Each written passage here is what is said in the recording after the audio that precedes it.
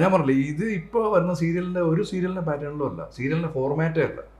Serial എന്നുള്ള സാധനം കാണുന്ന പ്രേക്ഷകർ കാണുമ്പോൾ ഇതൊരു പുതിയൊരു എക്സ്പീരിയൻസ് ആണ്. എനിക്ക് തോന്നി എന്നെ പിന്നെ വീട്ടുകാർ ഡിഗ്രി കഴിഞ്ഞല്ലോ ഒരു നാട്ടിൽ കൊണ്ടുപോകണം, ജോലി ചെയ്യണം എന്തെങ്കിലും. അപ്പം ഞാൻ വിചാരിച്ചു പോയാൽ പെടും, പിന്നെ സിനിമയായിട്ട് ഒരു കണക്ഷൻ ഉണ്ടാവില്ല, ഒരു പടം ചെയ്തെന്നുള്ള അഹങ്കാരം ഉണ്ടാവില്ല. അന്ന് ആ സമയത്ത് ഔട്ട് ഓഫ് സിലബസ് ചെയ്തപ്പം ഈ ഫിലിം മാഗസിൻ്റെ ഇൻ്റർവ്യൂ ഒക്കെ വന്നു. നാനയിലൊക്കെ ഞങ്ങൾ 4 പേരും ഇരിക്കുന്ന ഫോട്ടോ ഞാൻ വിചാരിച്ചു ഇനി ഇതോടെ സെറ്റ് ഇനി. പിന്നെ കുറച്ച് ഇപ്പോൾ മമ്മൂക്കയുടെ ഡിഫൻഡർ ഇങ്ങനെ വരുന്നുണ്ട്. അപ്പോൾ ഞാൻ മമ്മൂക്കയുടെ പടമല്ലേ, മമ്മൂക്ക പ്രൊഡക്ഷൻ, മമ്മൂക്കയുടെ അഭിനയിക്കുന്നുണ്ട്, അപ്പം അങ്ങനെ കാണാൻ ഒരു ഫോട്ടോ എടുക്കാം. എനിക്ക് ഭയങ്കര ആഗ്രഹമായിരുന്നു. സത്യം പറഞ്ഞാൽ എൻ്റെ കുറേ നാൾ സ്വപ്നമായിരുന്നു ലാലേട്ടനെ മമ്മൂക്കേനെയും കണ്ട് ഒരു ഫോട്ടോ എടുക്കുക. ഞാനിവിടെ വന്ന് നിൽക്കുമ്പോൾ എനിക്ക് ടെൻഷനായി. നമുക്ക് വന്ന് നിന്നപ്പോൾ എൻ്റെ മുമ്പിൽ എനിക്കൊന്നും കാണുന്നില്ല. കാരണം നമുക്ക് നമ്മുടെ കണ്ണിലോട്ട് നോക്കി നിൽക്കുമ്പോൾ ഈ 10-50 വർഷം നമ്മൾ ഈ സിനിമ ഇൻഡസ്ട്രിയിൽ ഇത്രയും ക്യാരക്ടേഴ്സ് എൻ്റെ മനസ്സിൽ മൊത്തം ഓരോ ക്യാരക്ടറാണ്. ജോസഫ് അലക്സ് ഇതൊക്കെ വരുമ്പോൾ ഞാൻ സാറ് ഒരു സിനിമ സീരിയലൊന്നുമില്ല. ഒരു ആക്ടറെ സംബന്ധിച്ചിടത്തോളം നമ്മൾ തന്ന റോൾ നന്നായിട്ട് ചെയ്യുക, അല്ലാണ്ട് സിനിമയിൽ അഭിനയിച്ചാൽ സീരിയൽ അഭിനയിച്ചാൽ ഒന്നുമില്ല. അതൊക്കെ ചിലത് നമ്മൾ ഒഴിവാക്കാൻ വേണ്ടി പറയുന്ന എക്സ്ക്യൂസ് ആണെന്ന് മാത്രം വിചാരിച്ചാൽ മതി എന്ന് പറഞ്ഞിട്ടുണ്ട്. ഒരു അത്യാവശ്യം ഫേമസ് ആയിട്ടുള്ള, അത്യാവശ്യമല്ല ഒരു വെൽ നോൺ പ്രൊഡ്യൂസർ, പുള്ളി ഞാനൊരു ഫംഗ്ഷനിൽ ഒരുമിച്ചുണ്ടായിരുന്നു, ഒരു കല്യാണത്തിന്. അപ്പോൾ പുള്ളിക്ക് സീരിയൽ അറിയാത്തതുകൊണ്ട് അറിയേണ്ട കാര്യമില്ല. അപ്പോൾ എനിക്കറിയാം ഇയാൾ വരുന്നുണ്ടെന്നറിയാം. പാലക്കാടാണ്. കഴിച്ചുകൊണ്ടിരിക്കുമ്പോൾ കുറച്ച് അമ്മമാരൊക്കെ എൻ്റെ അടുത്തും സംസാരിച്ചു. പുള്ളി വരുമ്പോൾ ഇവനോട് ഇത്രയും ആൾക്കാരൊന്നും സംസാരിക്കുന്നുള്ളത് നോക്കി. അപ്പോൾ എന്നോട് ഒരു സീരിയലാണോ? ഞാൻ അതെ. അപ്പോൾ പുള്ളി പറഞ്ഞു ഞാനൊരു പടം ചെയ്യുമ്പം പുതിയ ആൾക്കാരെ വെച്ചാൽ നിങ്ങളെ വെക്കില്ല. നോക്കി പറഞ്ഞു.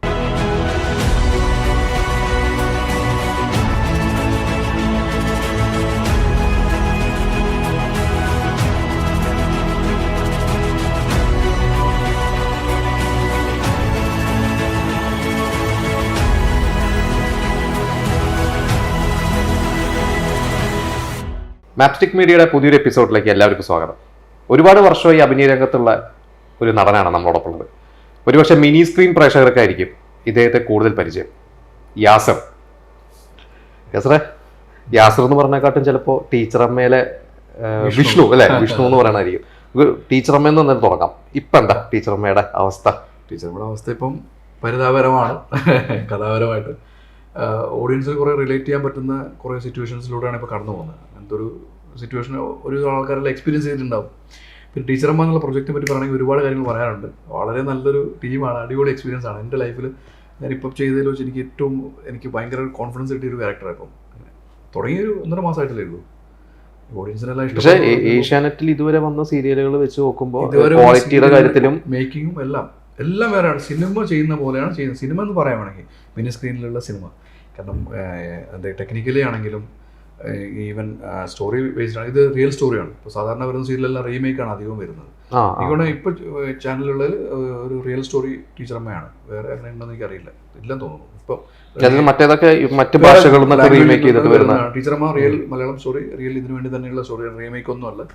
അങ്ങനെ ഈ സീരിയലിന് ഒരു ഭയങ്കര ഗ്രാൻഡ് ലോഞ്ച് ഉണ്ടായിരുന്നു നമ്മുടെ ദർബാർ ഹോളിൽ വെച്ചിട്ട്. ഐഡിയ സ്റ്റാർ സിംഗറിനും ടീച്ചർ എനിക്കൊണ്ട് ഏഷ്യാനെറ്റ് അങ്ങനെ ഒരു സീരിയലിന് ഇതുവരെ അങ്ങനെ ഒരു ഇത്ര ഒരു ഇങ്ങനെ ബൂസ്റ്റ് ചെയ്തിട്ടില്ല, ഇവന്റ് ചെയ്തിട്ടില്ല. കാരണം അതിന്റെ പിന്നിൽ അത്രയും എഫേർട്ട് ഉണ്ട്. അത് ചാനലിന് അറിയാം. ഈ സീരിയൽ ശരിക്കും പറഞ്ഞാൽ കുറച്ച് നാൾ മുന്നേ വരേണ്ടതായിരുന്നു. നമ്മൾ ഷൂട്ട് തുടങ്ങിയിട്ട് കുറച്ചധികം നാളായി. പിന്നെ അത് പെർഫെക്റ്റ് ടൈമിൽ ലോഞ്ച് ചെയ്യാൻ ഡിലേ ആയി വെച്ച് മാറ്റി വെച്ച് ഇങ്ങനെ വന്ന് കറക്റ്റ് സമയത്ത് അപ്പോൾ വേണമെന്ന് ലോഞ്ച് ചെയ്തു. നമ്മളെല്ലാം വെയിറ്റിംഗ് ആണ്. കാരണം ഞാൻ സൂര്യൻ അറിയാലോ, എൻ്റെ ഒരു അപ്പിയറൻസ് ഇങ്ങനെയല്ല. ഇതുവരെ ചെയ്ത സീരിയലിലും സിനിമയിലെല്ലാം വേറെ അപ്പിയറൻസ് ഇങ്ങനെയല്ല. ഇതിനു വേണ്ടി ഈ ക്യാരക്ടറിന് വേണ്ടി ഞാൻ ഈ ഒരു അപ്പിയറൻസ് വെച്ചാൽ വേറെ വർക്ക് വരുമ്പോഴും നമുക്ക് ഈ അപ്പിയറൻസ് ചിലപ്പോൾ അവർക്ക് വേണ്ടത് മറ്റേ സാധാരണ താടിയെല്ലാം അപ്പിയറൻസ് ആയിരിക്കും. പക്ഷേ ഇതിൽ ചെയ്യുമ്പോൾ പറ്റില്ല.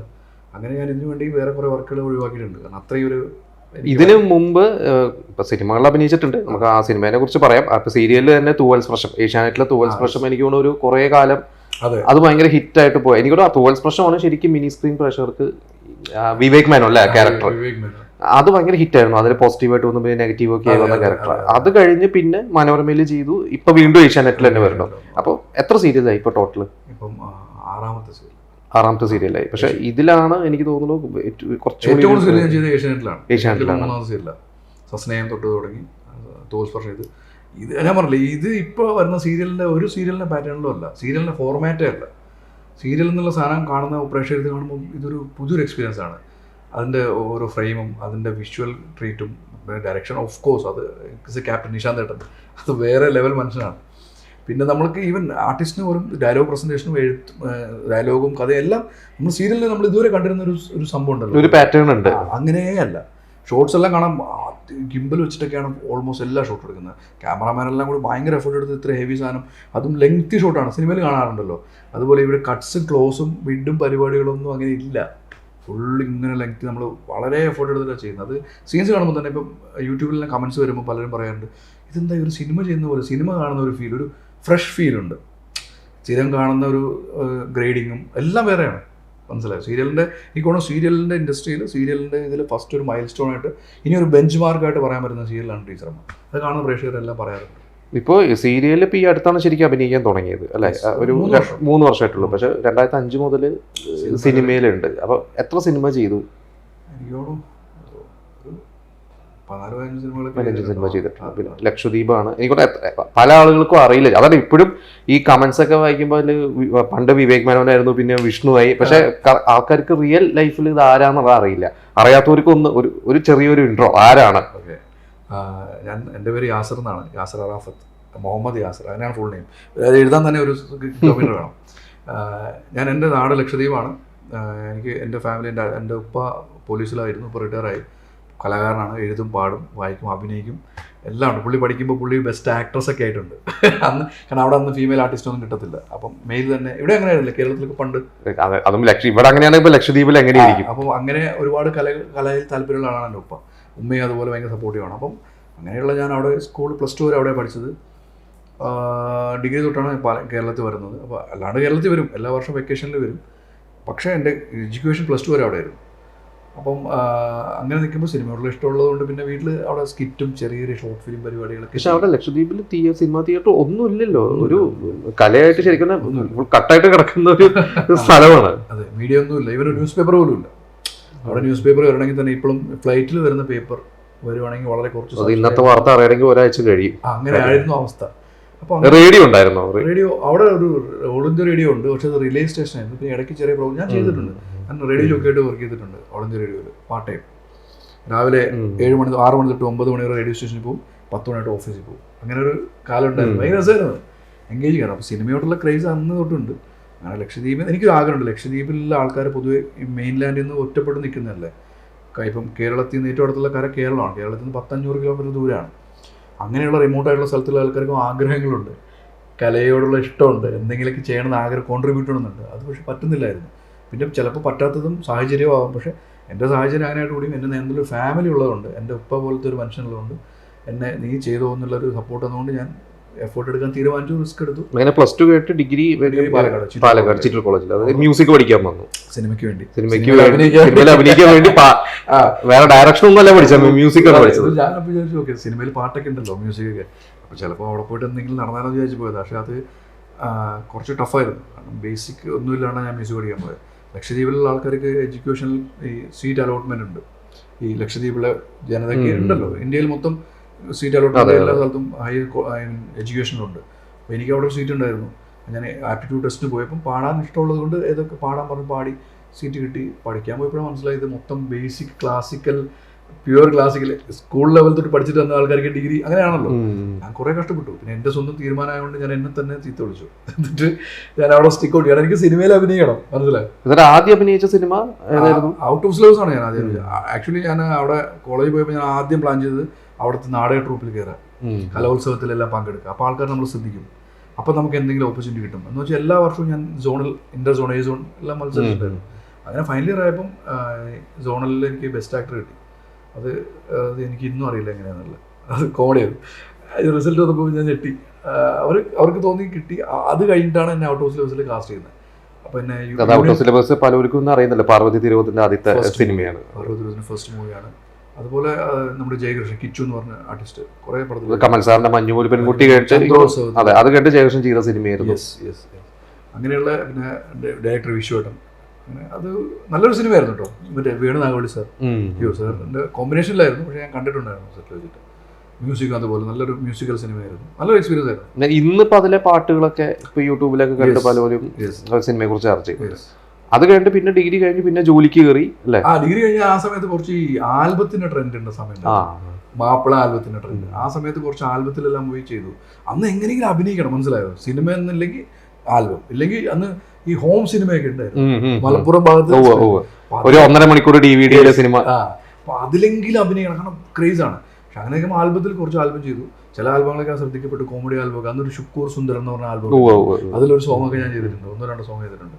അങ്ങനത്തെ കുറച്ച് കാര്യങ്ങൾ ചെയ്ത് നടന്ന് പിന്നെ എനിക്ക് തോന്നി എന്നെ പിന്നെ വീട്ടുകാർ ഡിഗ്രി കഴിഞ്ഞല്ലോ ഒരു നാട്ടിൽ കൊണ്ടുപോകണം, ജോലി ചെയ്യണം എന്തെങ്കിലും.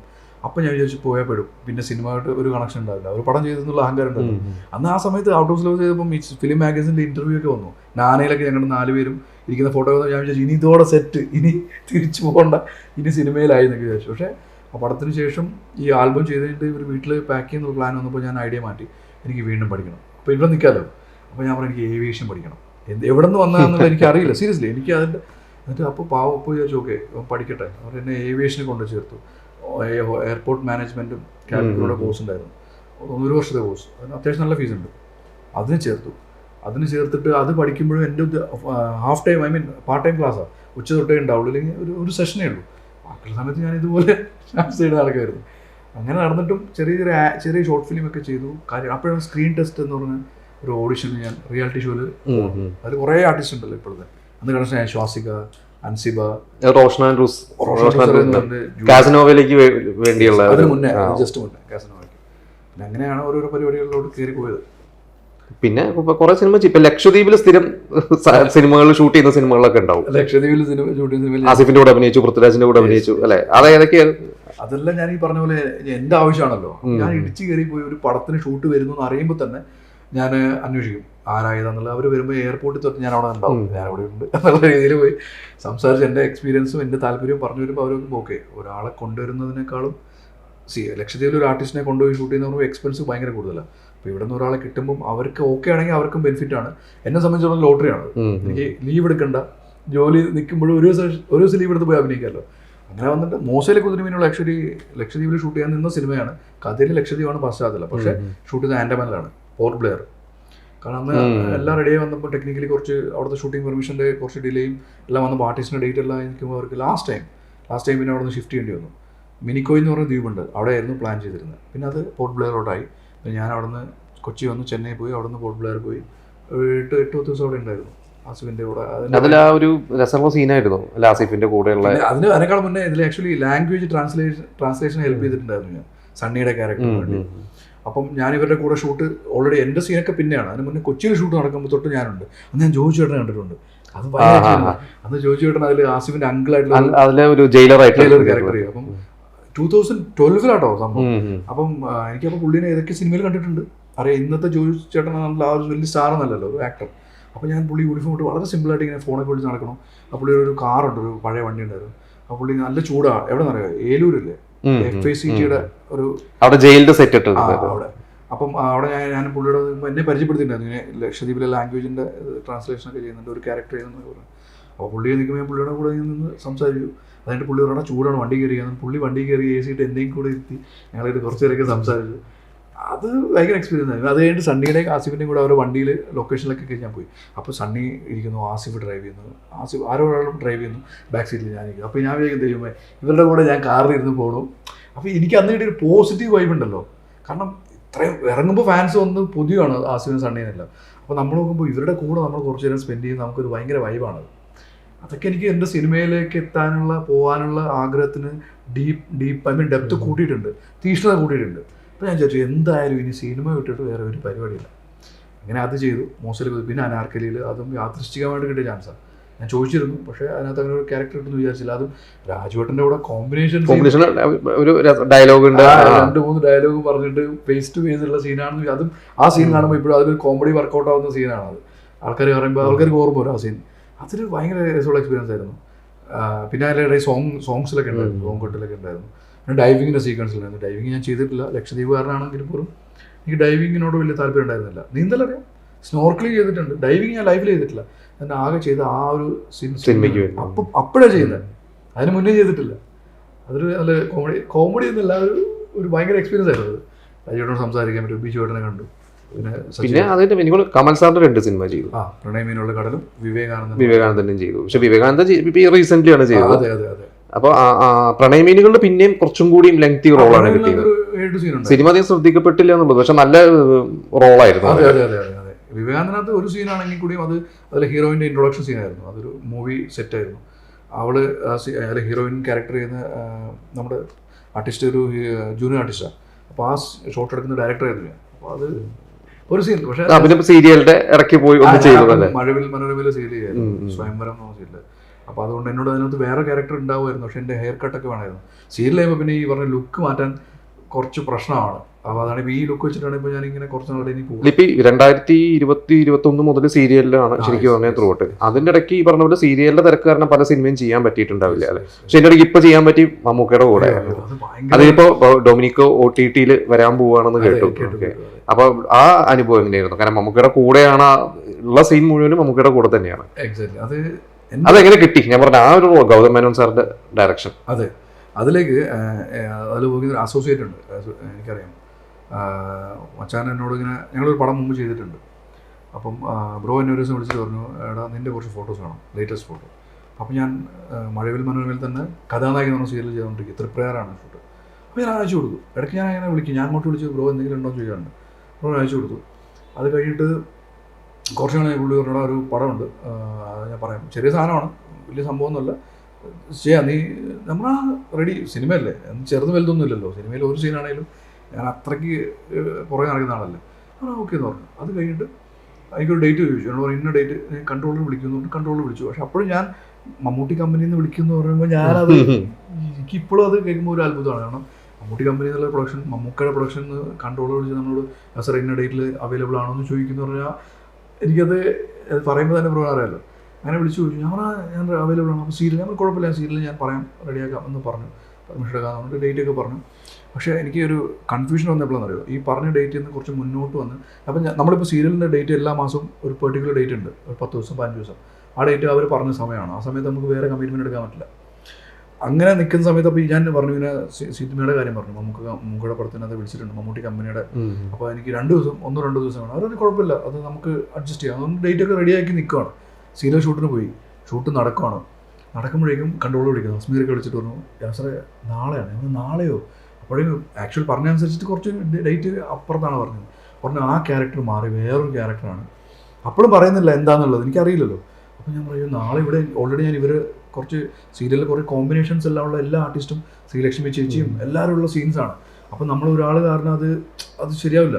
അപ്പോൾ ഞാൻ പറയോ എനിക്ക് ടെൻഷനാണ്. ഇപ്പോൾ ആ സിനിമ പോകും, ഒന്നൊരു സിനിമയിലെ സീരിയൽ. പിന്നെ ഞാൻ അവസാനം നിശാന്ത് ഏട്ടൻ ഡയറക്ടറോട് എനിക്ക് ആ കാര്യത്തിൽ നിശാന്ത് ഏട്ടനോട് വളരെയധികം നന്ദിയുണ്ട്. കാരണം പുള്ളിയോട് ഞാൻ പറഞ്ഞു, നിശാന്ത് ഏട്ടൻ ഇങ്ങനെ ഒരു സംഭവം വന്നിട്ടുണ്ട്. നീ പറഞ്ഞിരുന്നു ആയിട്ടില്ലല്ലോ സമയം. ഞാൻ പറഞ്ഞല്ലോ നാളെയാണ്. നാളെയോ? നാളെയുടെ ഷൂട്ടല്ലേ, ഇവിടെ ഷൂട്ടാണ്, എല്ലാം പ്ലാൻഡ് അല്ലേ, ഇനി എങ്ങനെ ചെയ്യാൻ പറ്റും? ഞാൻ പറയും എനിക്കറിയില്ല. പറഞ്ഞാൽ ഞാൻ നോക്കട്ടെ, പുള്ളിക്ക് സീരിയൽ അറിയാമല്ലോ, ഇത്രയും സീൻസ് എടുക്കണം, സമയം ഡെയിലി പോകേണ്ടതാണ്. അതിൻ്റെ ഇടയ്ക്ക് ഇങ്ങനെ പുള്ളി ഞാൻ നോക്കട്ടെ. പുള്ളി പാവം വിളിച്ച് ചാർട്ടൊക്കെ എടുത്ത് പിന്നെയും നാളെ അല്ലേ, കുഴപ്പമില്ല അഡ്ജസ്റ്റ് ചെയ്യാം, മറ്റന്നാൾ വരണം. ഞാൻ ഓക്കെ. പക്ഷേ ഞാൻ പുള്ളിയോട് ഞാൻ ചേട്ടാ ഞാൻ നാളെ വരാം, വിളിച്ച് പറയാൻ പറഞ്ഞല്ലോ.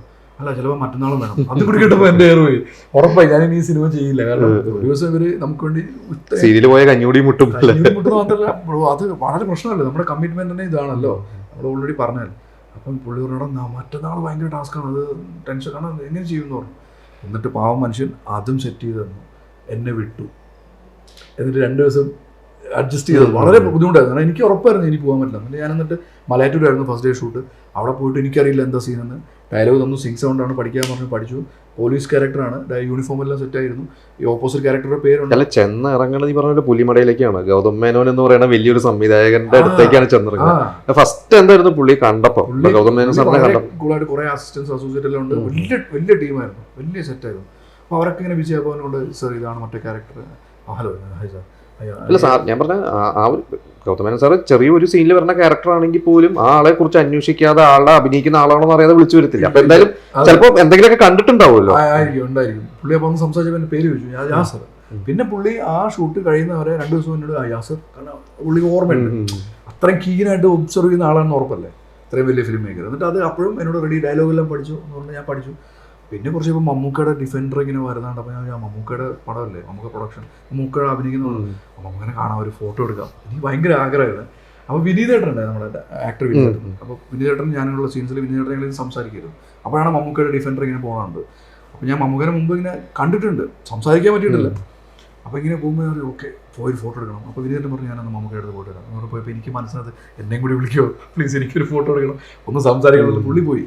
അപ്പോൾ പുള്ളിയോട് പറയാൻ പറ്റില്ലല്ലോ, അപ്പോൾ പരിചയപ്പെട്ട മനുഷ്യനല്ലേ. പുള്ളി ക്യാരവനിൽ കയറി പോകുന്നത് ഞാനിങ്ങനെ നോക്കിയിരുന്നു. സാരമില്ല, ഒരു ഫോട്ടോ എടുക്കാം. അത് കഴിഞ്ഞിട്ട് കുറച്ച് കഴിഞ്ഞപ്പം ഷോട്ട് എടുക്കാൻ വിളിച്ചപ്പം നോക്കിയപ്പം ഞാൻ ഡയലോഗ് ഇവിടുത്തെ ഒരു കുറച്ച് വൈഡ് സീൻ ഉണ്ടായിരുന്നു, കുറച്ച് ഓഡിയൻസും ക്രൗഡൊക്കെ ഉള്ളു. അത് കഴിഞ്ഞിട്ട് ഞാൻ പോയി നിന്ന് സംസാരിക്കുന്ന മമ്മൂക്കയുടെ കൂടെയാണ്. നമുക്ക് അവിടെ ഇരിക്കണോ? റിഹേഴ്സൽ ഒരു ഷോട്ട് എടുത്തപ്പോൾ അസോസിയേറ്റ് വന്ന് നിന്നപ്പോൾ ഞാൻ സത്യം പറഞ്ഞാൽ എൻ്റെ കുറേ നാൾ സ്വപ്നമായിരുന്നു ലാലേട്ടനെ മമ്മൂക്കേനെ കണ്ട് ഒരു ഫോട്ടോ എടുക്കുക. ഞാനിവിടെ വന്ന് നിൽക്കുമ്പോൾ എനിക്ക് ടെൻഷനായി. സിങ് സൗണ്ടാണ്, ഡയലോഗ് കറക്റ്റ് പറയണ, പ്രോംപ്റ്റിംഗ് ഒന്നുമില്ല. ഡയലോഗ് തെറ്റിയാൽ പണിയായി. മമ്മൂക്ക ഫ്രണ്ടിൽ നിൽക്കുന്നതിൻ്റെ ടെൻഷൻ വേറെ, ഗൗതം മേനോൻ്റെ ടെൻഷൻ, സാറിൻ്റെ ടെൻഷൻ വേറെ. എനിക്കാണെങ്കിൽ നന്നായി പെർഫോം ചെയ്തില്ലെങ്കിൽ ഇത്രയും കാലം അഭിനയിക്കാൻ നടന്നിട്ട് ഒരു കാര്യമില്ല, ചീത്തപ്പേരാവും, ഇവനെ ആരാ പറഞ്ഞു വിടാന്ന് പറഞ്ഞാൽ തീർന്നു. ഞാൻ ലിറ്ററലി നല്ല ടെൻഷൻ ഉണ്ടായിരുന്നു. എടുത്തു, 2 ക്യാമറ ഉണ്ടായിരുന്നു. ഓക്കെ. എന്നിട്ട് ഗൗതം സാർ പറഞ്ഞു എന്തോ എനിക്കോടൊന്ന് ടെക്നിക്കലി എന്തോ ഒന്നുകൂടി പോകാമെന്ന് പറഞ്ഞു. അങ്ങനെ പറഞ്ഞു നമുക്ക് ഒന്നുകൂടി ഇമ്പ്രൂവൈസ് ചെയ്താൽ, ഡയലോഗ് ഇമ്പ്രൂവൈസ് ചെയ്യാൻ ഓക്കെ ആണോ? അപ്പോൾ ഞാൻ സന്തോഷമാണ്, പക്ഷേ പേടിയാണ്, കാരണം ഈ ഇമ്പ്രൂവൈസ് ചെയ്യുന്നുണ്ട്. സാർ എന്തോ കുറച്ചുകൂടി എന്തോ ആഡ് ഓൺ ചെയ്തു തന്നു, അത് വായിച്ചു നോക്കാൻ പറഞ്ഞു. നമുക്ക് വന്ന് നിന്നപ്പോൾ എൻ്റെ മുമ്പിൽ എനിക്കൊന്നും കാണില്ല. കാരണം നമുക്ക് നമ്മുടെ കണ്ണിലോട്ട് നോക്കി നിൽക്കുമ്പോൾ ഈ 10-50 വർഷം നമ്മൾ ഈ സിനിമ ഇൻഡസ്ട്രിയിൽ ഇത്രയും ക്യാരക്ടേഴ്സ്, എൻ്റെ മനസ്സിൽ മൊത്തം ഓരോ ക്യാരക്ടറാണ്. ജോസഫ്, അലക്സ്, ഇതൊക്കെ വരുമ്പോൾ അതൊക്കെ വന്നു പോവാണ്. ഇത്ര ഒരു മീറ്റർ ഡിസ്റ്റൻസിൽ മമ്മൂക്കയാണ് നിൽക്കുന്നത്, സാക്ഷാൽ മമ്മൂട്ടി. മമ്മൂക്കയുടെ മുമ്പിൽ നിന്നിട്ട് ഞാനത് എനിക്ക് എൻ്റെ ഡ്രീമായിരുന്നു, ചെയ്യും. പിന്നെ അതിന് ശേഷമുള്ള സീൻസൊക്കെ കൂടെ പോകും. പിന്നെ എനിക്ക് ഓക്കെ കുഴപ്പമില്ല, നമുക്ക് ഡയലോഗ് പറയുന്നത് പോലും നമുക്ക് അറിയില്ല. പക്ഷെ ഫ്രെയിമിൽ നമ്മൾ കാണുമ്പോൾ ഈ ഒരു സാധനം ഇങ്ങനെ കണ്ട സാധനം അല്ല. ഇത് കഴിഞ്ഞിട്ട് ക്യാമറ ഓഫ് ആയ ശേഷം നമുക്ക് എടുത്ത് പോയി ഫോട്ടോ എടുത്തിട്ടില്ല. അപ്പോൾ നമുക്ക് പോയി ഷോട്ട് കഴിഞ്ഞിരുന്നു. പിന്നെ അവിടെ കാണാൻ ഔട്ട്ഡോർ ആയിരുന്നു, കുറേ ക്രൗഡ് ഉണ്ടായിരുന്നു. നമുക്കതിന് വേണ്ടി നിലവിളിച്ചുകൊണ്ടിരിക്കുന്ന കുറേ ക്രൗഡ്സ് ഉണ്ടായിരുന്നു. അത് നെക്സ്റ്റ് ഇൻഡോർ ആയിരുന്നു. അപ്പോൾ ഇതിൻ്റെ പ്രീവിയസ് സീനായിരുന്നു. അത് ചെയ്ത് കഴിഞ്ഞിട്ട് ഇങ്ങനെ ഞാൻ ജോജി ചേട്ടനെല്ലാം കണ്ട് ഞാൻ പറഞ്ഞു ഫോട്ടോ എടുക്കണം, ഈ കോസ്റ്റ്യൂമിൽ എടുക്കണ്ടല്ലോ. ഞാൻ ഇല്ല, കോസ്റ്റ്യൂം എടുക്കുന്നില്ല, ചേഞ്ച് ചെയ്ത് വരാം. ഞാൻ പേര് ചേഞ്ച് ചെയ്ത് വന്നു. സീൻ കഴിഞ്ഞ് അപ്പോൾ അന്ന് അമ്മയുടെ എന്തോ ഇവന്റ് നടക്കുന്നുണ്ട്, നമുക്ക് പോകാൻ വേണ്ടി കാരവനെന്ന് ഇറങ്ങി വണ്ടി നമുക്കിനെ കാണാൻ വേണ്ടി കുറേ പേര് വന്ന് നിൽക്കുന്നുണ്ട്. കാക്കനാടിലാണ്, രാജഗിരി കോളേജ്, അവിടെ അതിൻ്റെ ക്യാമ്പസിൻ്റെ അടുത്ത്. എന്നിട്ട് ഞാൻ പോയി ജോജി ചേട്ടൻ പോയി പറഞ്ഞു, എന്നെ വിളിച്ചു വരാൻ പറഞ്ഞു. ഞാൻ പോയി ഫോട്ടോ എടുത്തു. 2 ദിവസം കൂടി ഫോട്ടോ കിട്ടി. ആ ഫോട്ടോ ഇപ്പോഴും ഞാൻ എൻ്റെ സോഷ്യൽ മീഡിയയിൽ ഞാൻ പിൻ ചെയ്ത് വെച്ചിട്ടുണ്ട്. എനിക്ക് മറക്കാൻ പറ്റാത്ത എക്സ്പീരിയൻസ്, എൻ്റെ ഡ്രീമാണ്. വലിയൊരു സിനിമയുടെ ഭാഗമാകാൻ പറ്റി. പക്ഷേ ഈ സീരിയലിലെ തിരക്കാരൻ ഇതുപോലെ വേറെ തരം നല്ല റോൾസ് സിനിമകൾ മിസ്സായിട്ടുണ്ടോ? അതിൻ്റെ ഇടയ്ക്ക് വിളിച്ചിട്ട് പോകാൻ പറ്റാത്ത ചില വർക്കുകളെല്ലാം മിസ്സായെന്ന് പറഞ്ഞാൽ ചിലതിൻ്റെയൊക്കെ ഈ അപ്പിയറൻസിൻ്റെ ഒരു പ്രശ്നം വരും. കാരണം അവർ പെട്ടെന്ന് കുറച്ച് നമ്മൾ ഓക്കെയാണ്, പക്ഷേ ഈ അപ്പിയറൻസ് എപ്പോഴും മെയിൻറ്റെയിൻ ചെയ്യണമല്ലോ. പോലീസുകാരനായിട്ടാണല്ലോ സീരിയൽ അഭിനയിക്കുന്നത്. അതിലിപ്പോൾ പോലീസ് ചെയ്യുന്നുണ്ട്. അപ്പം അങ്ങനെ 1-2 വർക്ക് പോയി. പിന്നെ ചിലർ ഈ ക്ലീഷ ഡയലോഗ് പറയുന്ന ചില ആൾക്കാരുണ്ട് സിനിമക്കാർ, നിങ്ങൾ സീരിയൽ അഭിനയിക്കുന്നു, നിങ്ങൾ സിനിമയിൽ. അത് ഞാൻ ചോദിക്കുന്നത് വെച്ചു, കാരണം അങ്ങനെ ഒരു പ്രശ്നം ഉണ്ടല്ലോ. അത് പക്ഷേ വെറുതെ ആണെന്ന് അറിയോ. ഞാൻ മധു സാറിനെ കാണാൻ പോയപ്പോൾ ചന്ദ്രകുമാർ സാറിൻ്റെ, എൻ്റെ favourite friend Chandrakumar sir, Sukumar ഏട്ടൻ. അപ്പോൾ ഇവരുടെ റെഫറൻസിൽ ഞാൻ മധു സാറിനെ കാണാൻ പോയപ്പോൾ ഞാൻ ഇതേ സാധനം മധു സാറിനോട് പറഞ്ഞു. കാരണം മലയാള സിനിമയിലെ ഏറ്റവും സീനായിട്ടുള്ള ആളാണ് ഇപ്പോൾ മധു സാറ്. ഞാൻ സാർ ഒരാളെ സിനിമ സീരിയലൊന്നുമില്ല, ഒരു ആക്ടറെ സംബന്ധിച്ചിടത്തോളം നമ്മൾ തന്ന റോൾ നന്നായിട്ട് ചെയ്യുക, അല്ലാണ്ട് സിനിമയിൽ അഭിനയിച്ചാൽ സീരിയൽ അഭിനയിച്ചാൽ ഒന്നുമില്ല. അതൊക്കെ ചിലത് നമ്മൾ ഒഴിവാക്കാൻ വേണ്ടി പറയുന്ന എക്സ്ക്യൂസ് ആണെന്ന് മാത്രം വിചാരിച്ചാൽ മതി എന്ന് പറഞ്ഞിട്ടുണ്ട്. ലിറ്ററലി എനിക്ക് തോന്നിയിട്ടുണ്ട് പലപ്പോഴും. ഒരു ആക്ടറിനെ വേണമെന്നുണ്ടെങ്കിൽ ഇപ്പം മറ്റേ ടാൻസാനിയിൽ നിന്ന് വന്ന ഇൻഫ്ലുവൻസർ മലയാള സിനിമയിലൂടെ എത്ര പേര് ചാൻസ് ഇല്ലാതെ നടക്കുന്നുണ്ടായിരുന്നു. നമ്മൾ പുള്ളീനെ ഒരിക്കലും നമ്മൾ അണ്ടർസ്റ്റാൻഡ് ചെയ്ത് പറയല്ല, അവിടെ നിന്ന് വിളിപ്പിച്ച് അഭിനയിപ്പിച്ചില്ലേ. സിനിമയ്ക്ക് ആളെ വേണമെന്നുണ്ടെങ്കിൽ അയാളുടെ സീരിയലാണെങ്കിലോ സിനിമയാണോ ഒന്നുമില്ല, അവർ അഭിനയിപ്പിക്കും. എനിക്ക് അങ്ങനെ തോന്നിയിട്ടുള്ളൂ. ഇപ്പൊ സീരിയൽ പോലെയാണല്ലോ ഈ ഇൻസ്റ്റ ഇൻഫ്ലുവൻസേഴ്സ്, അവരും നമ്മുടെ മൊബൈലിൽ എന്നും കാണുന്നതാണ്, അവര് സിനിമയിൽ വരുന്നുണ്ടല്ലോ. അമീൻ അങ്ങനെ കുറെ നമ്മളെ ഒഴിവാക്കണമെങ്കിൽ എന്ത് എക്സ്ക്യൂസും പറയാം. എന്നോട് ഞാൻ ഒരു പേര് പറയുന്നില്ല, ഒരു അത്യാവശ്യം ഫേമസ് ആയിട്ടുള്ള, അത്യാവശ്യമല്ല ഒരു വെൽ നോൺ പ്രൊഡ്യൂസർ, പുള്ളി ഞാനൊരു ഫംഗ്ഷനിൽ ഒരുമിച്ചുണ്ടായിരുന്നു, ഒരു കല്യാണം. അപ്പോൾ പുള്ളിക്ക് സീരിയൽ അറിയാത്തതുകൊണ്ട് നമ്മളറിയില്ല, അറിയേണ്ട കാര്യമില്ല. അപ്പോൾ എനിക്കറിയാം ഇയാൾ വരുന്നുണ്ടെന്ന് അറിയാം. പാലക്കാടാണ്, കഴിച്ചുകൊണ്ടിരിക്കുമ്പോൾ കുറച്ച് അമ്മമാരൊക്കെ എൻ്റെ അടുത്തും സംസാരിച്ചു.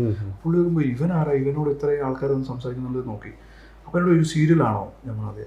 അപ്പോൾ പുള്ളി പറഞ്ഞു, ഞാനൊരു പടം ചെയ്യുമ്പം പുതിയ ആൾക്കാരെ വെച്ചാൽ നിങ്ങളെ വെക്കില്ല. നോക്കി പറഞ്ഞു. അപ്പോൾ ഞാൻ ചോദിച്ചു, എന്തൊരു സർ, നിങ്ങളുടെ ഫേസ് ഫ്രഷ് അല്ല. അപ്പോൾ ഞാൻ ഇത്രയും കാലം സിനിമ ചെയ്തുകൊണ്ടിരിക്കുന്ന ആൾക്കാരൊക്കെ ഫേസ് ഫ്രഷ് അല്ലേ? അപ്പോൾ അത് അങ്ങനെയൊന്നുമല്ല, അത് എന്തെങ്കിലും നെഗറ്റിവിറ്റി തോന്നി കാണും ചിലപ്പം എന്തോ. പക്ഷേ എനിക്കിപ്പോഴും സിനിമ സീരിയലൊന്നും ഡിഫറൻസിയേഷൻ ഞാൻ ഇപ്പോഴും നോക്കുന്നില്ല. കാരണം നമുക്ക് നല്ല റോൾ കിട്ടി അഭിനയിക്കുക, നമ്മുടെ ആൾക്കാർ അംഗീകരിക്കുന്നുണ്ടല്ലോ. ഇപ്പോൾ ഈ സൂരജ് പറഞ്ഞ പോലെ ഇത്രയും വർഷം സിനിമ ചെയ്തിട്ട് നമ്മളെ ആൾക്കാർക്ക് അറിയില്ല. പക്ഷെ സീരിയൽ ചെയ്തപ്പോൾ ഈ 3 വർഷം കൊണ്ട് നമ്മൾ ആൾക്കാർ കാണുമ്പോൾ മോനെ എന്താണ് വിശേഷം. അത്രയധികം സീരിയലുകളുടെ എണ്ണം ഇപ്പോൾ സിനിമ പോലെ തന്നെ കൂടിക്കൂടി. എനിക്കുള്ള ഏഷ്യാനെറ്റിൽ തന്നെ ഒരു 10-12 സീരിയലില്ലേ? പിന്നെ ഡെയിലി 10-12 സീരിയൽ. അതുപോലെ എത്ര ചാനലിലും എല്ലാ ചാനലിലും ഉണ്ട് 10 വെച്ചിട്ട്. അതുകൊണ്ട് ഓഡിയൻസിന് സാധാരണക്കാരായ പ്രേക്ഷകർ ഇപ്പം സിനിമ തിയേറ്ററിൽ പോയി കാണുന്നവർ വളരെ കുറച്ച് പേരുള്ളൂ. ചാനൽ നിലനിൽക്കുന്നതും ഇപ്പം മെയിനായിട്ട് സീരിയലും റിയാലിറ്റി ഷോസും ഒക്കെ വെച്ചിട്ട് തന്നെയാണോ നിലനിൽക്കുന്നത്? അതുകൊണ്ട് എനിക്ക് സീരിയൽ ചെയ്തതിനു ശേഷമാണ് എന്നെ ആൾക്കാർ കണ്ട് സംസാരിക്കുന്നതും എൻ്റെ പേരറിയില്ലെങ്കിലും ഫേസ് കാണുമ്പോൾ നമ്മൾ അമ്പൊരു സീരിയലുണ്ടല്ലോ എന്ന് പറഞ്ഞാൽ നമുക്ക് ഭയങ്കര സന്തോഷമല്ലേ. കാരണം ഈ എൻ്റെ ജോലിയും കളഞ്ഞ് എൻ്റെ ലൈഫിൽ ഇത്രയും കാലം ഞാൻ ഉണ്ടാക്കി വെച്ച ഫോക്കസ് എന്തിനാ ഒരു ആക്ടർ ആവാൻ. അങ്ങനെ ആൾക്കാർ രണ്ടുപേര് സംസാരിക്കുമ്പോൾ കിട്ടുന്ന ഒരു ഇപ്പോൾ ക്ലിക്ക് ആയത് സീരിയൽ മിനി സ്ക്രീനിലാണ്, അതിന്റെ കൂടെ സിനിമ നടക്കട്ടെ. പിന്നെ സീരിയൽ ഇപ്പൊ ഇടയ്ക്ക് ഒരു സിനിമ ചെയ്തു എനിക്ക് നമ്മുടെ ചന്ദ്രകുമാർ സാർ, ഒരു ഗുരുതുല്യനായ ഗുരു എന്ന് പറയാനുണ്ട്. അതെ അതെ, ചന്ദ്രകുമാർ സാർ ഒരുപാട് മലയാളത്തില് സാർ മുതല് എല്ലാരും വെച്ച് സിനിമ ചെയ്തിട്ടുള്ള ഫാമിലി ഫ്രണ്ടാണ്, എൻ്റെ ഗുരുവാണ്. ഞാൻ സാറിൻ്റെ കൂടെ ഞാൻ അസിസ്റ്റ് ചെയ്തിട്ടുണ്ട് കുറെ വർഷം മുന്നേ. എനിക്കൊണ്ട് ചന്ദ്രകുമാർ സാർ എന്ന് പറഞ്ഞ പി ചന്ദ്രകുമാർ പറഞ്ഞ ഇന്നത്തെ ജനറേഷൻ അറിയുന്നത് തുടരും സിനിമയിലെ ഗുരുസ്വാമിയായിട്ട് കുറെ നാളുകൾക്ക് ശേഷം ലാലേട്ടൻ തന്നെ തിരിച്ചു കൊണ്ടുവന്നു, സിനിമയുടെ മുന്നിൽ കൊണ്ടുവന്നു. സാർ ഇപ്പോൾ ഒരു മൂവി, സാറിനെ കുറിച്ച് ആക്ടിങ് വർക്ക്ഷോപ്പിലുള്ള സ്റ്റുഡൻസ് ഉണ്ട്, അവർക്ക് വേണ്ടി സാർ ഒരു പടം ചെയ്തിട്ടുണ്ടായിരുന്നു. എല്ലാം പുതിയ സാറ് കുറെ സിനിമകൾ ഇതിന്റെ ഇടയ്ക്ക് ഇൻഡിപെൻഡന്റ് സിനിമകൾ ചെറിയ രീതിയിൽ ചെയ്തു. ഇതിപ്പോ എനിക്ക് തോന്നുന്നു കുറച്ചൊരു വലിയൊരു സിനിമ ചെയ്യുന്നുണ്ട് ഇടയ്ക്ക്, നമ്മളിവിടെ അറിയുന്നത്. അതെ അതെ അതെ. അപ്പൊ ആ സിനിമ പാലക്കാട് സാറിന്റെ നാട്ടിൽ കൊല്ലംകോടായിരുന്നു. പിന്നെ നെന്മാറ വേല ഉണ്ടല്ലോ, അതെല്ലാം ആ സിനിമയിൽ ഒരു സീക്വൻസിൽ ഉണ്ടായിരുന്നു. അപ്പം വേല എന്നാണ് പടത്തിന്റെ ടൈറ്റിൽ. അത് ഷൂട്ട് ഒരു 20 ദിവസം കൊല്ലംകോട് ഉണ്ടായിരുന്നു. സാറിന്റെ കൂടെ എനിക്ക് ഒരു സിനിമ ചെയ്യാൻ പറ്റി. നല്ലൊരു എക്സ്പീരിയൻസ് ആയിരുന്നു. സാറിനോട് പണ്ട് അസിസ്റ്റ് ചെയ്തിട്ടുണ്ട്, ഒരു സിനിമയിൽ അസിസ്റ്റന്റ് ഡയറക്ടറായിട്ട് വർക്ക് ചെയ്തിട്ടുണ്ട്. 10-12 വർഷം മുന്നേ ചെയ്തിട്ടുണ്ട്. അങ്ങനെ സാറിന്റെ പടത്തിലൊരു ക്യാരക്ടർ ചെയ്യുന്നത് നല്ലൊരു ക്യാരക്ടറാണ്, ഒരു വേരിയേഷൻസ് എല്ലാം ഉള്ള ക്യാരക്ടറാണ്. നല്ല രസമുള്ളൊരു, കാരണം അതിൽ ഒരു എല്ലാം ഈ സാറിന്റെ സ്റ്റുഡൻസ് ആണ്. അപ്പൊ ഈ പറഞ്ഞ പോലെ സാധാരണ സിനിമ സെറ്റിലെ പോലെ ആർട്ടിസ്റ്റ് അങ്ങനെ സാറാണ് അവിടെ മൊത്തം. ഇതിൽ ഓൾ ഇൻ ഓൾ സാറാണല്ലോ. ചന്ദ്രകുമാർ സാർ ഒരു 10-50-60 വർഷത്തിലുള്ള സീനിയർ ഡയറക്ടർ, എല്ലാ ജനറേഷനെയും കണ്ട ഡയറക്ടർ. അപ്പോൾ സാർ എന്നെ ഫാമിലി ഫ്രണ്ട് ആയതുകൊണ്ട് എൻ്റെ അടുത്ത് മോനെ നീ ഇങ്ങനെ ചെയ്യുക അങ്ങനെ ചെയ്യുക. എല്ലാവരോടും അങ്ങനെയാണ്, എന്നോട് മാത്രമല്ല. അത് അഭിനയിക്കാൻ ഒരു സീനിൽ അഭിനയിക്കാൻ വന്ന ആൾക്കാരുടെ അടുത്ത് പോലും സാർ ഭയങ്കരമായിട്ട് പറഞ്ഞു കൊടുക്കും, പഠിപ്പിച്ചു തരും. നല്ലൊരു എക്സ്പീരിയൻസ് ആയിരുന്നു. അതിപ്പം ഷൂട്ട് കഴിഞ്ഞിട്ടേ ഉള്ളൂ, എൻ്റെ ബാക്കി കാര്യങ്ങൾ പോസ്റ്റ് പ്രൊഡക്ഷൻ വർക്ക് നടക്കുന്നു. അപ്പോൾ ഇനിയിപ്പോൾ ടീച്ചറിനെ കുറിച്ച് എന്താ ഓഡിയൻസിനോട് പറയാനുള്ളത്? ടീച്ചറിനെ കുറിച്ച് നിങ്ങൾ എന്താ പറയുക, നിങ്ങൾ പ്രതീക്ഷിച്ചതും പ്രതീക്ഷിക്കാത്ത ഒരുപാട് ട്വിസ്റ്റുകളോട് ട്വിസ്റ്റുകളാണ് ഇങ്ങനെ വന്നുകൊണ്ടിരിക്കുന്നത്. ട്വിസ്റ്റ് എന്ന് വെച്ചാൽ എന്താണെന്ന് അറിയോ, ഈ ട്വിസ്റ്റ് സാധാരണ നമ്മൾ ഈ സിനിമാറ്റിക് ട്വിസ്റ്റ് അല്ലെങ്കിൽ ആർട്ടിഫിഷ്യൽ ട്വിസ്റ്റ് ഒന്നും അല്ല വരുന്നത്. നമുക്കത് കാണുമ്പോൾ ഇങ്ങനെയൊരു സംഭവം എനിക്കറിയാം, അല്ലെങ്കിൽ എൻ്റെ വീട്ടിലുണ്ട്, അല്ലെങ്കിൽ എൻ്റെ അയൽവക്കത്ത് നടന്നിട്ടുണ്ട്, അങ്ങനെയുള്ള ട്വിസ്റ്റുകളാണ് ഇതിൽ മൊത്തം വരുന്നത്. ഈ കഥ മൊത്തം പോകുന്നത് അങ്ങനെയാണ്. അല്ലാണ്ട് ഒരിക്കലും ഇതൊക്കെ നടക്കുമോ നമ്മൾ ചില സീരിയലോ സിനിമ കാണുമ്പോൾ നമുക്ക് തോന്നും അങ്ങനെയല്ല. ഇങ്ങനെ ഒരാളെ നമുക്കറിയാം, ഇങ്ങനെ അല്ലെങ്കിൽ എൻ്റെ വീട്ടിൽ ഇങ്ങനെ ഒരാളുണ്ടായിരുന്നു, അങ്ങനത്തെയാണ് ഇതിലെ മൊത്തം ഓരോ സിറ്റുവേഷൻ പോകുന്നത്. ഇനി വരാൻ പോകുന്ന സിറ്റുവേഷൻസും അങ്ങനെയാണ്. ഇതിൽ എല്ലാ ക്യാരക്ടേഴ്സിനും ഒരു കറക്റ്റ് പ്ലേസ്മെന്റ് ഉണ്ട്. ഒരു സീനിൽ വന്ന ആൾ പോലും അയാൾക്ക് ഈ നമ്മൾ ഈ സോഷ്യൽ മീഡിയയിൽ കാണാല്ലേ ഡയറക്ടേഴ്സ് ബ്രില്യൻസ്, അതുപോലെ സാധനം ഇതിലുണ്ട്. ഒരു സീനിൽ വന്ന ആൾ പോലും നമുക്ക് കണക്ട് ആവും, ഇയാൾ എന്തിനാണ് അന്ന് അവിടെ നിന്ന് നോക്കിയിട്ട് പോയത് എന്നുള്ളതിന് പോലും കറക്റ്റായിട്ടുള്ള വ്യക്തമായിട്ടുള്ള ഒരു പ്ലാനിങ് ഉണ്ട് ചെയ്തത്. സിനിമയാണ്, മിനി സ്ക്രീനിലെ സിനിമയാണ് ടീച്ചർ, എനിക്ക് അങ്ങനെ വ്യക്തമായിട്ട് പറയാനുണ്ട്. അപ്പൊ ഇപ്പോൾ ഇനിയിപ്പോൾ ടീച്ചറമ്മയെ തന്നെയാണ് ഡിസ്ട്രിക്ട് ചെയ്ത് പോകുന്നത്. കാരണം അതിന് ഈ പറഞ്ഞ പോലെ ഒരുപാട് ദിവസങ്ങൾ വർക്ക് ചെയ്യുന്നുണ്ട്. അപ്പം നല്ലൊരു ടീമിനോട് വർക്ക് ചെയ്യാൻ പറ്റിയപ്പോൾ അത് നല്ലൊരു എക്സ്പീരിയൻസ് ആണ്. അതിൻ്റെ പ്രൊഡ്യൂസർ ആണെങ്കിലും ഒരു ഗ്ലോബൽ കമ്പനീസൊക്കെ ഉള്ള വലിയൊരു സലീൽ സാറാണ്. ഈ US ബേസ്ഡ് ആണ്. ഈ ബാഹുബലി മൂവിയുടെ ഒക്കെ അവിടെയൊക്കെ VFXന്റെ ഒക്കെ പാർട്ട് ഇവരുടെ കമ്പനി. അപ്പം അങ്ങനത്തെ ഒരു ടീമാണത്. ഇവർ സാധാരണ സീരിയൽ പ്രൊഡക്ഷൻ പോലെയുള്ള ഒന്നുമല്ല. അവരെന്താ പറഞ്ഞത്, നിങ്ങൾ ക്വാളിറ്റി വർക്ക് ചെയ്യും, ആർട്ടിസ്റ്റ് ആണെങ്കിലും ക്വാളിറ്റി വേണം ചെയ്തോളൂ, ഒരു ഫണ്ടിൻ്റെ വിഷയമൊന്നും അല്ല. അങ്ങനെ പോകുന്നൊരു വർക്കാണ്. അപ്പം അതിന് പാട്ടാകാൻ പറ്റിയതിൽ ഒരുപാട് എന്താ പറയുക സന്തോഷമുണ്ട്. പിന്നെ പ്രേക്ഷകർ തുടങ്ങി ഒരു 1.5 മാസം കൊണ്ട് തന്നെ പ്രേക്ഷകർ ഇതിനെ ലൈക്ക് ഇപ്പം നമ്മൾ 3ാമതാണ്. ഇപ്പോൾ ഇത്രയും സീരിയലുണ്ടായിരുന്നു ഇതിന് മുന്നേ തുടങ്ങിയിട്ടുള്ളത്. അപ്പോൾ 3ാമത് റേറ്റിങ്ങിലും നല്ല റേറ്റിംഗ് ഉണ്ട്, കാണുന്നവർ നല്ല അഭിപ്രായം പറയണു, വീട്ടിലും എല്ലാവരും. അപ്പം അതിൻ്റെ ഭാഗമാകാൻ പറ്റിയതിൽ ഒരുപാട് സന്തോഷമുണ്ട്. നിങ്ങൾ കാണണം, ഇനി കുറേ കാര്യങ്ങൾ വരാനിരിക്കുന്നുണ്ട്, നിങ്ങൾക്ക് റിലേറ്റ് ആവാൻ പറ്റുമെന്ന് ഉറപ്പാണ്. അപ്പോൾ ഞാൻ 3ാമതാന്ന് പറഞ്ഞു, അത് 1ാമതായ ശേഷം നമുക്ക് ഇനി വീണ്ടും ഈ ഷോർട്ട്ലി ഉറപ്പായിട്ട് ഇങ്ങനെ ആൾക്കാരുടെ സപ്പോർട്ട് ഉണ്ടെങ്കിൽ വളരെ ഷോർട്ട്ലി 1ാമതാ ഉറപ്പാണ്. വളരെ ഈ 1ാമതുള്ള സീരിയൽ തമ്മിൽ 2-3 പോയിന്റിന്റെ വ്യത്യാസമുള്ളൂ, വളരെ മൈന്യൂട്ട് പോയിന്റ്, അത് കവർ ആവും ഉറപ്പാണ്. അപ്പോൾ എന്തായാലും അടിച്ചു പൊളിക്കുക. All the best. Thank U.